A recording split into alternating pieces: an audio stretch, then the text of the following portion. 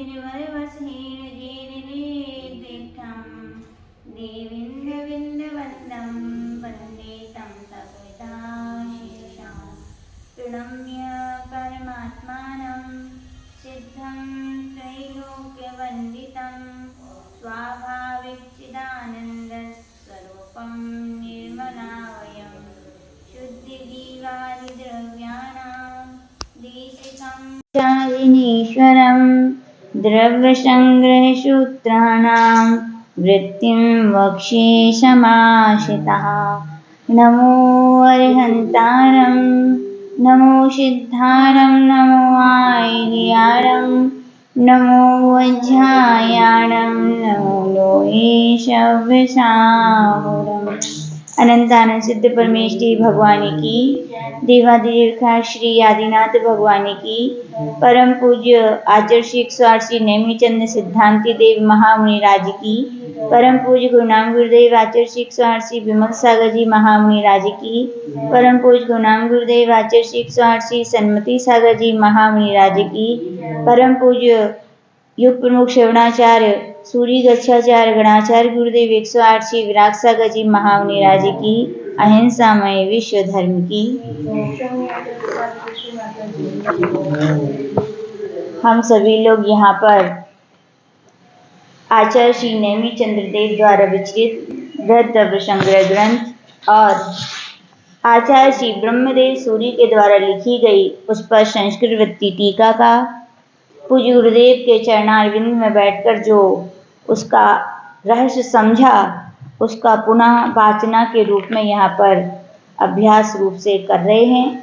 यहाँ पर आचार्य भगवान ने अधिकार प्रथम चल रहा है, गाथा नंबर 2 की टीका चल रही है। यहाँ पर आचार्य ब्रह्मदेव सूरी ने की एक बहुत अच्छी विशेषता है कि प्रारब्ध जो साधक हैं उनको अच्छी तरह से तत्व का, पदार्थों का ज्ञान हो, तो यहाँ पर आचार्य भगवंत ने अपनी पद खंडना टीका की जो अपनी पद्धति है उसमें आचार्य भगवंत यहाँ पर 5 बातों को, हर विषय को 5 बातों के द्वारा यहाँ समझाने की कोशिश कर रहे हैं। उसमें प्रथम था शब्दार्थ, यानी कि हर एक शब्द का यहाँ पर अर्थ बताया है गाथा का।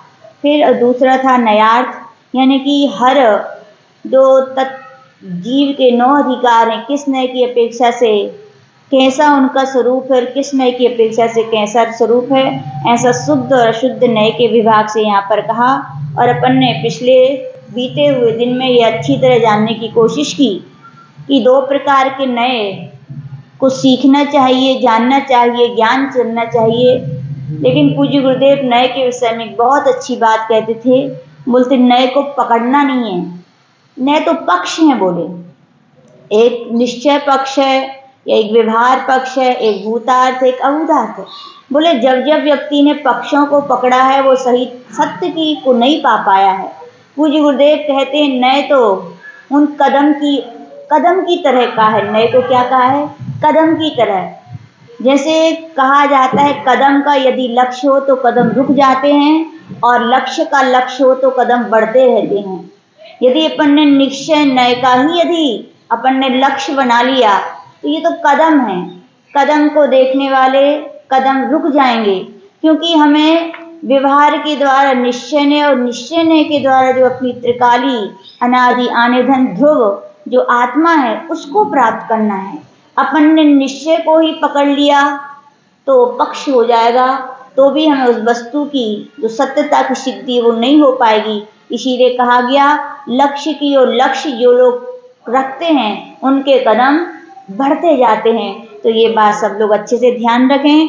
हमें पक्षपात में नहीं, हमें तो अपने तत्व की, वस्तु की, अपने आत्मस्वरूप की सिद्धि करना है, जो अनेक सिद्धत्व की सिद्धि करने वाले भगवंतों ने की है। इस रहस्य को बहुत कम लोग समझ पाते हैं। ये पूज्य गुरुदेवों के अनुभव की बात है कि नए कदम है और अपने आत्मा की जो अपनी त्रिकालिक पारिणामक जो अवस्था है उसको हमें प्राप्त करना है। इसलिए नए हमारे साधन है, माध्यम है, लेकिन हमारा लक्ष्य नहीं है। ये बात ध्यान रखें।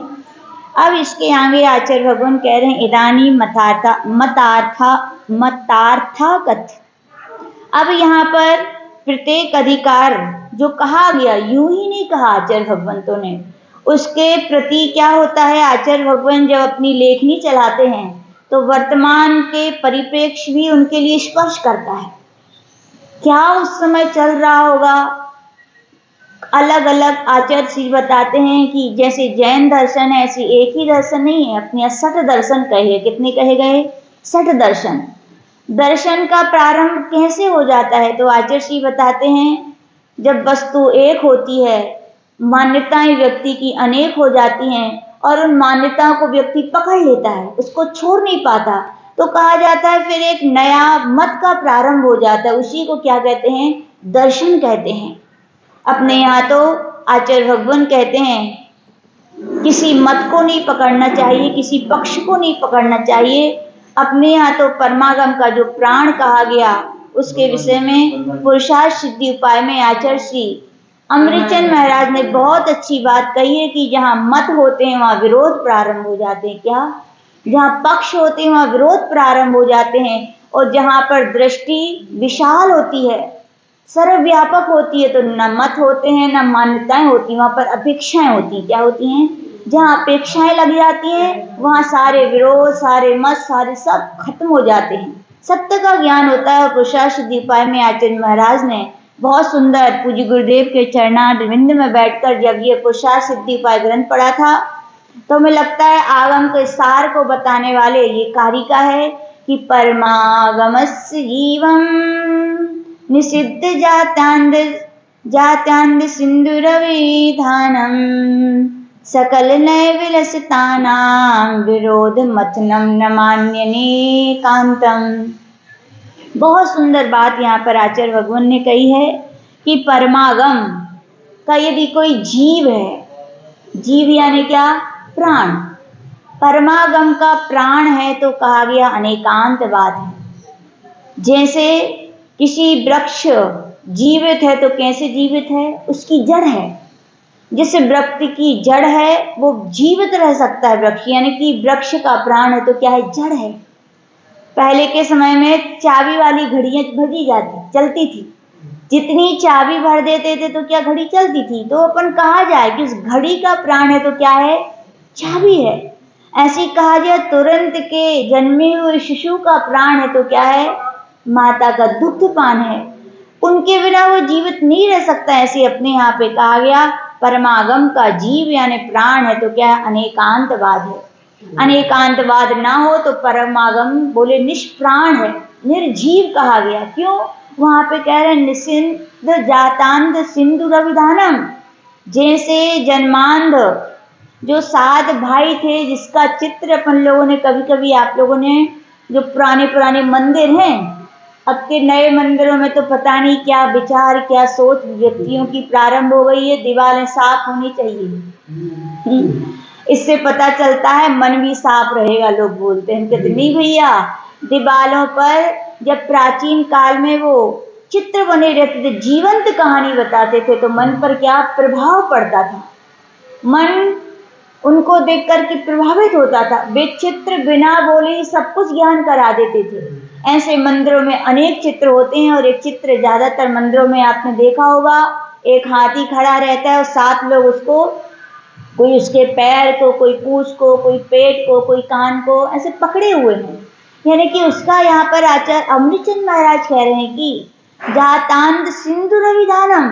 जैसे सिंधु का अर्थ होता है हाथी, जन्मांध वे 7 भाई हाथी के ज्ञान को में अपना अपना पक्ष रख रहे थे, तो पक्ष रखने से क्या हो गया था? विरोध उत्पन्न हो गया था। क्या? तो ऐसे ही आचार्य भगवान कहते हैं प्रत्येक वस्तु एक धर्म वाली है क्या? नहीं है। जैसे हाथी है लेकिन हाथी के बहुत सारे अवयव हैं, ऐसे ही कहा जाता है हर एक वस्तु है लेकिन वस्तु के बहुत सारे धर्म होते हैं। क्या होते हैं? धर्म। इसी को ही अनेकांत कहते। क्या बोलते हैं? अनेक प्लस अंत, अंत यानी धर्म। जिसमें अनेक धर्म पाए जाते हैं उसे क्या कहते हैं? अनेकांत। अनेकांत कहते हैं। क्या बोलते हैं? अनेकांत। लेकिन अनेकांत जब रहता है तो उसके लिए समझने की शैली भी चाहिए, किसी वस्तु को एक साथ उसका वर्णन नहीं किया जा सकता है। कर सकते हैं कि कोई किसी से कहा हाथी का ज्ञान कराइए, तो हाथी अकेले कह देने से हाथी का ज्ञान हुआ, प्रमाण है। लेकिन उसके एक एक पार्ट का ज्ञान कराना है तो उसके लिए कहा गया साधवाक शैली चाहिए। अनेकांत के कथन करने की शैली का नाम स्यादवाद है। स्याद का अर्थ क्या है? कथनचित, ऐसा भी है। इसी को आचार्य भगवंत नयवाद का है। स्यादवाद का ही दूसरा नाम क्या है? नयवाद है। तो कह रहे हैं कि जब अनेकांतात्मक वस्तु के अनेक धर्मों को देखकर जान करके भी व्यक्ति किसी एक पक्ष को पकड़ लेता है तो क्या होता है? जैसे हाथी है था, किसी बच्चे ने कहा अरे हाथी तो हॉकी की तरह है, किसी ने कहा हाथी तो खंबे की तरह है, किसी ने कहा हाथी तो दीवार की तरह है, किसी ने कहा हाथी सूपे की तरह है। तो क्या होगा? विवाद हो गया। एक एक वस्तु को पकड़ना गलत नहीं है, आचशी बोलते, लेकिन एक एक वस्तु को पकड़कर अपनी अपनी अपेक्षाएं गलत अपेक्षाएं लगा देना गलत है। नय की सही परिभाषा आचर्षी बोलते हैं अनेकांतात्मक जो वस्तु है उसको अपेक्षाकृत सही, उसमें क्या उस अपेक्षाकृत उसके एक अंश का वर्णन करना, यानी सापेक्ष कथन करना, अपेक्षा सह सही कथन करना, उसे नय कहा गया। यानी कि उसका जो व्यक्ति कह रहा है कि हाथी हॉकी की तरह, उसका कहना गलत नहीं है, अपेक्षा सही लगा दे। क्या कर दे? अपेक्षा सही लगा दे। वो कह दे कि भैया सूंड की अपेक्षा से हाथी क्या है? हॉकी की तरह, उसका कथन सही है। लेकिन वो कहे सर्वथा ही हाथी पूरा हॉकी की तरह, तो उसका कथन क्या हो जाएगा? गलत हो जाएगा। तो कहा गया हर लोक में जितनी चराचर 6 द्रव्य हैं, इनके अलावा कुछ नहीं है।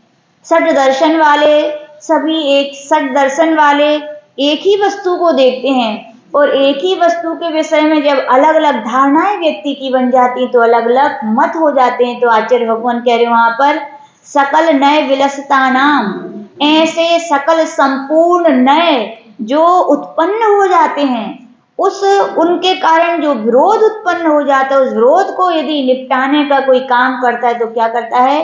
अनेकांतवाद में इतनी ताकत है, वो क्या करता है? सब कुछ नष्ट कर देता है। और अनेकांतवाद की स्यादवाद शैली, पूज्य गुरुदेव बहुत अच्छे अच्छे अनुभव सुनाते हैं।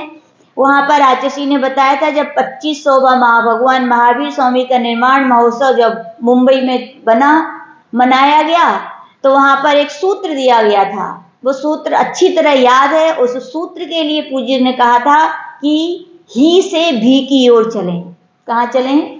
ही से भी की ओर, यानी वस्तु तत्व ऐसा ही है मत कहो, ऐसा भी है कहो। तो क्या होगा? सारी जगह शांति हो जाएगी, आनंद रहेगा, सबकी बात सब लोग सुनेंगे, एक साथ बैठेंगे, एक साथ उसको समझने की कोशिश करेंगे। जब क्या आता है? भी आता है। ही आता है तो यानी एकांत, एक पक्ष हो जाता है। भी में तो ऐसा है भैया आप भी कह रहे हैं वो भी सही है, हम भी कह रहे हैं वो भी सही है। आचार्य कहते हैं अनेकांतवाद का जो बेटियां होती है ना अपने यहाँ की, वे ही बेटियां खुश हैं जिनने अनेकांतवाद के सूत्र को अपनाया है। कोई इन बेटियों से पूछे, कहो बेटी मायका तुम्हारा है कि ससुराल तुम्हारा है? तो वे क्या कहेंगी? ये भी मेरा है और ये भी मेरा है, इसको भी नहीं छोड़ सकती, इसको भी नहीं छोड़ सकती, है कि नहीं?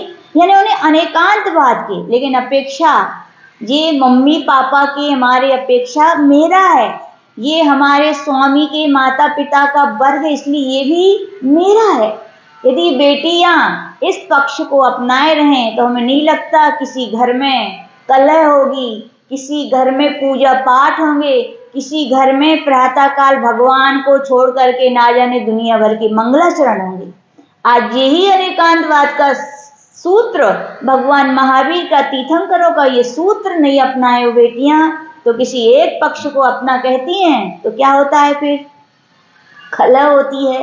तो आचार्य बोलते हैं उस सब बेटी बन जाना चाहिए। जैसे वो बेटी कहती ये भी पक्ष मेरा है, ये भी यहाँ की भी निभाती और यहाँ की भी निभाती है, कभी यहाँ की बात वो वहाँ नहीं करती और वहाँ की बात यहाँ नहीं करती। ऐसे आचार्य भगवान कह रहे हैं अनेकांतवाद, यानी कि आचार्य भगवान कह रहे हैं भी, ऐसा भी है और ऐसा भी है।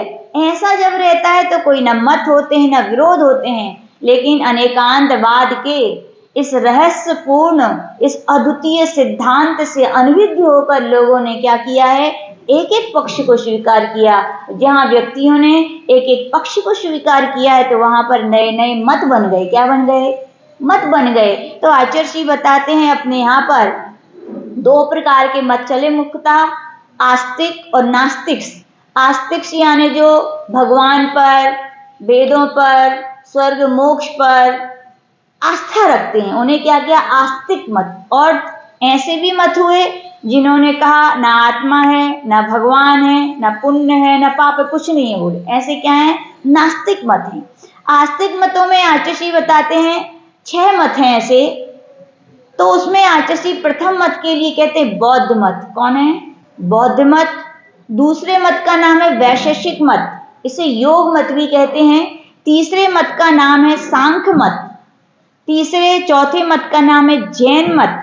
और यद्यपि अगला मत है वैशेषिक, लेकिन कहीं कहीं अपने आचार्य भगवंतों ने इसे ही न्यायिक में क्या कर लिया है, ग्रहण कर लिया है। और अगले मत का नाम है जैमिनी, इसे मीमांसक मत भी कहते हैं। तो आस्था रखने वाले ऐसे 6 भी कह सकते हैं अपन, और इसका डिवाइडेशन यदि कर दिया जाए तो कितने हो गए, 5 मत हो गए। तो आचार्य भगवान कहते हैं ये 5 मत हैं। अपन आगे देखेंगे किस मत ने कौन से एकांत पक्ष को पकड़ा। और अगला मत जो नास्तिक के रूप में लिया जाता है तो उसका नाम है चार्वाक मत। क्या है? चार्वाक मत। तो ऐसे आचार्य भगवंतों ने षट दर्शन यानी 6 दर्शन कहे। कितने दर्शन कहे हैं? 6 दर्शन कहे। यद्यपि आचार्य बोलते हैं अपन सभी जिस मोक्ष मार्ग पर बड़े हैं, उस मोक्ष मार्ग की राहों में एक आत्मा की शुद्ध बुद्ध ज्ञायक स्वरूप के प्राप्त करने के अलावा और जितना भी ज्ञान है वो कुछ भी नहीं है। वो ही सब कुछ है, आत्मा का ज्ञान, आत्मा में तन्मय होना। लेकिन न्याय भी कुछ है। क्या है? न्याय कुछ है लेकिन सब कुछ नहीं है। यानी कि अपन को यदि अध्यात्म ग्रंथों का अध्ययन करना है तो न्याय का ज्ञान भी होना ही चाहिए। क्या होना चाहिए? न्याय का ज्ञान। न्याय के लिए कहा जाता है कसौटी। क्या कहा जाता है? कसौटी। जैसे स्वर्ण है, चाहे जैन लेके आए, चाहे बुद्ध लेके आए, चाहे वैशेषिक लेके आए, चाहे कोई भी लेके आए, कोई वो अब अपना अपना लेके आए तो हर व्यक्ति कहेगा शुद्ध है। अब जो सही व्यक्ति होगा वो कहेगा ठीक है तुम कह रहे हो क्योंकि ये तुम्हारा स्वर्ण है, दुनिया कहती है अपनी चीज को शुद्ध है, लेकिन मैं चाहता हूं इसको कसौटी के पत्थर पर रखो। यदि ये 100% शुद्ध है तो आपका सोना क्या है? शुद्ध है। और यदि इसमें कुछ ना कुछ अशुद्धि है, यह कसौटी पर खरा नहीं उतरा है, तो आपका सोना क्या है? मैं नहीं कहूंगा, फिर तो आप स्वयं कहना पड़ेगा ये क्या है? सही नहीं है। ऐसे ही आचार्य भगवंत अपने दिगंबराचार डंके की चोट पर कहते हैं। क्या कहते हैं? कि हमारे यहाँ का जो जैन दर्शन का जो एक एक सिद्धांत है अकाट्य है। क्या है? अकाट्य है, पूर्व पर विरोधों से रहित है, अविरोधी को प्राप्त है। इसके लिए मैं कहता हूं कि अपने अपने मत की बात रखें, और यदि आपकी मत की बात युक्ति युक्त संगत है, यानी कि न्याय की कसौटी पर खरी उतरती है, तो मैं आपकी बात को भी स्वीकार करूंगा। और न्याय की कसौटी पर यदि नहीं उतरती है तो बोले मैं आपकी बात को स्वीकार करने वाला नहीं हूं। और तो और कितनी ऊंची ऊंची बातें कहते, बोले मैं जैन दर्शन में उत्पन्न हुआ हूं, जैन दर्शन को मानने वाला हूं। सो नहीं, यदि आप कहें कि मैं महावीर भगवान का वंशज हूं तो बोले मुझे भगवान महावीर से कोई राग नहीं है, बोले। और मुझे अन्य मत के जो बृहस्पति कपिल आदि जो गुरु हैं उनसे कोई द्वेष नहीं है। यदि वे किसी वस्तु तत्व का कथन युक्ति युक्त यदि करते हैं तो मैं उनकी बात को भी क्या करूंगा? स्वीकार करूंगा। ऐसे की डंके की चोट पर कहने वाले कौन है? दिगंबराचार्य है। ध्यान रखना, पूज्य आचार्य बताते हैं जितने भी हमारे यहाँ के दिगंबराचार्य सब जैन नहीं थे, कोई ब्राह्मण थे, कोई कोई थे, लेकिन जब उन्होंने न्याय ग्रंथों का अध्ययन किया या सुना तो उनके लिए वस्तु तत्व का जब सही ज्ञान हुआ तो उन्होंने किसको अपनाया? जैन दर्शन को अपनाया। अपने भगवान महावीर स्वामी के प्रथम गणधर के रूप में कौन थे? इंद्रभूति गौतम ब्राह्मण ही तो थे, जो कितने अभिमान के शिखर पर चढ़े थे यहाँ, जो कहते थे 4 वेद, मनुस्मृति आदि 18 ग्रंथ, 18 पुराण, कितनी सारी ऋचाएं को कंठस्थ ही कहा जाता है, उनके जीव पर खेलती थी, वो इतना ज्ञान था। लेकिन जब उन्होंने भगवान महावीर स्वामी की अनेकांतात्मक युक्ति युक्त देशना को सुना तो उनका मान क्या हो गया? खंड खंड हो गया। आचार्य बताते जुगनू तभी तक चमकते हैं जब तक कि सूर्य का प्रकाश नहीं होता। बोलते हैं हाथी तभी तक चिंघाड़ते हैं जब तक कि शेर दहाड़ता नहीं है। तो अन्य मत यानी तब तक ही अन्य मत बोलते हैं या कहें तब तक ही हमारे जीवन में हमारे ज्ञान में उनका प्रभाव रखता है जब तक कि हमारे अंदर जैन धर्म के अनेकात्मात्मक सूत्र हमारे हृदय में नहीं आते। कितने सारे आचार्य भगवंत हैं जो क्या है जैन नहीं थे। पात्र केशरी राजा, शिव कोटि मुनि महाराज, पात्र केशरी, कितने सारे आचार्य भगवंत थे जो क्या चाहे अपने पूज्यपाद महाराज जैन नहीं थे, लेकिन उन्होंने जब जैन ग्रंथों का अध्ययन किया तो श्रद्धा और जैन धर्म को अपनाया, उनके सूत्रों को आत्मसार किया और ज्ञान का फल जो चारित्र है उसको भी उन्होंने क्या किया? अंगीकार किया, दिगंबरी दीक्षा ली। तो ऐसा ये न्याय के ग्रंथ हैं, मतांतर हैं, इनको जरूर सीखना चाहिए, समझने की कोशिश करना चाहिए। यद्यपि ये विषय बड़े नीरस कहे जाते हैं। क्या कहे जाते हैं? नीरस। इनमें कहानी किस्सा करके नहीं सिखाए जा सकते, लेकिन फिर भी अपने दिगंबराचार्यों ने हम जैसे अबोध लोगों के लिए समझाने के लिए छोटे छोटे लघु परीक्षा मुख सूत्र ग्रंथ, न्याय दीपिका आदि ग्रंथ कहे हैं जो उन्होंने समझाने की कोशिश की है। हमारा तो सौभाग्य पूज्य गुरुदेव के चरणों में बैठकर ऐसे ग्रंथों को सुनने और समझने का क्या मौका मिला है।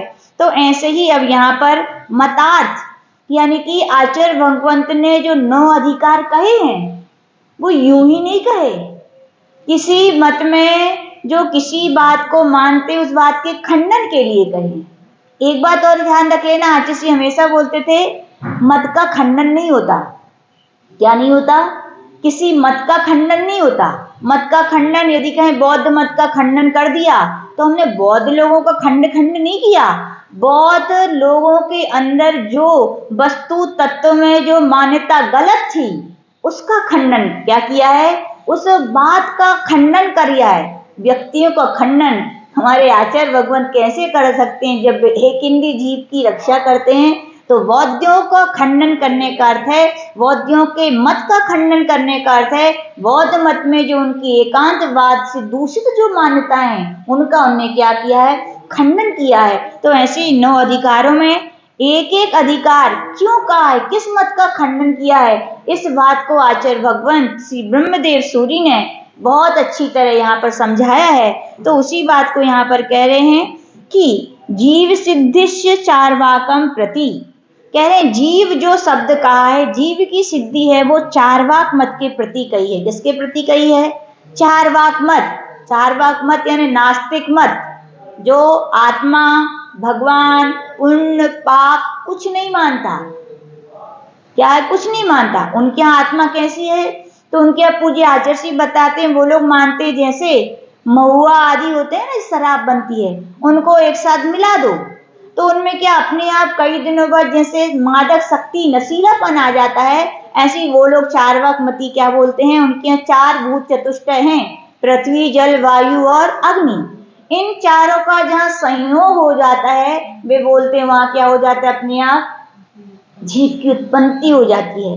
तो अब इसका खंडन आचार्य भगवंत आगे करेंगे, जब जीव अधिकार की गाथा नंबर 3 पढ़ाएंगे तो उसमें खंडन करेंगे, भैया ऐसा नहीं होता है।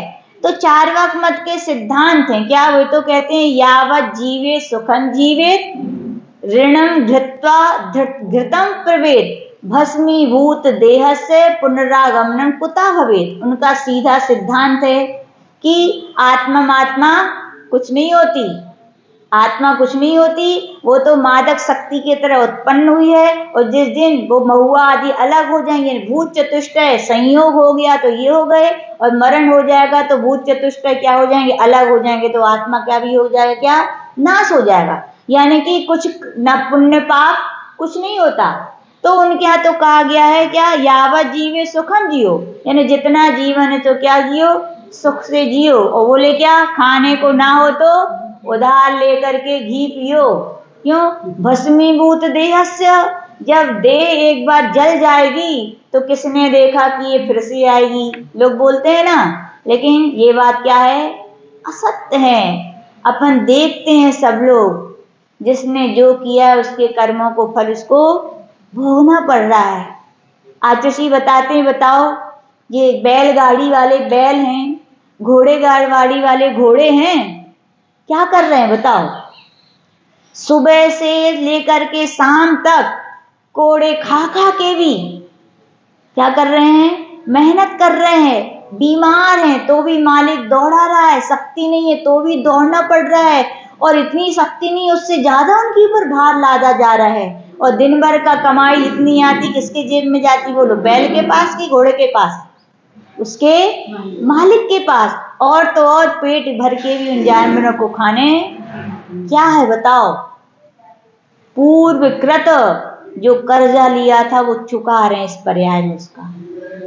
तो ये क्या है, आचार्य भगवान दांडे समझाएंगे कि ऐसा चार्वाक मत है। और चार्वाक मत की उत्पत्ति के विषय में धर्म परीक्षा ग्रंथ में कहा गया है कि जब अपने प्रथम तीर्थंकर आदिनाथ भगवान ने जब दीक्षा ली, भगवान तो चूंकि स्वयं बुद्ध थे, 3 ज्ञान क्या चौथा ज्ञान मनःप्रिय ज्ञान के धारी थे, उन्हें तो पता था मैंने दिगंबरी दीक्षा ले ली है। लेकिन चूंकि दीक्षा लेने के बाद नियम है तीर्थंकर मौन हो जाते, उपदेश नहीं देते, तो उपदेश के अभाव में वे 4000 मुनि महाराज क्या हो गए थे, अपनी साधना से भूख प्यास के कारण विचलित हो गए थे।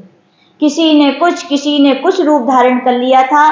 तभी कहा जाता शुक्र और बृहस्पति नाम के जो राजा थे, उन्होंने जब अपनी चर्या से भ्रष्ट हो गए तो कहा जाता है उन्होंने इस चार्वाक या इसे लोकायत मत भी कहते हैं, ऐसे मत की स्थापना की थी।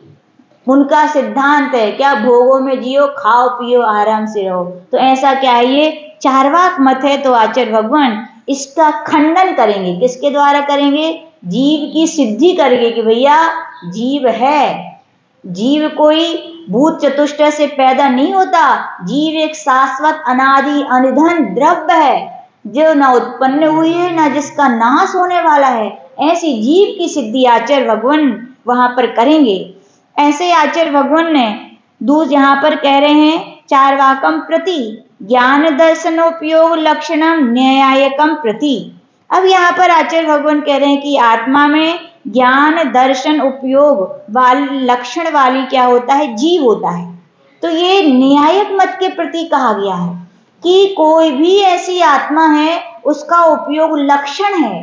क्या है, अपन तत्वा सूत्र पर उपयोग लक्षणम, यानी ये लक्षण है, यानी ऐसा लक्षण है, त्रिकालिक लक्षण है, चाहे वो संसारी अवस्था में हो चाहे सिद्ध अवस्था में हो। इसका ज्ञान और दर्शन जो उनके जो गुण हैं उनसे कभी वो जुदा नहीं होता। लेकिन न्यायिक मत वाले क्या मानते हैं, संसार अवस्था में तो रहते हैं, लेकिन जैसे ही जीव को मोक्ष होता है तो वे क्या मानते हैं, उनके आत्मा के गुण उनसे अलग हो जाते। उनके कहा, उनके मोक्ष यानी क्या, तो उनका क्या है, आत्मा में जो ज्ञान और आत्मा है दोनों का जुदा हो जाना ही क्या है, उनके यहाँ मोक्ष है। तो इस बात का भी खंडन आचार्य भगवंत वहां पर करेंगे।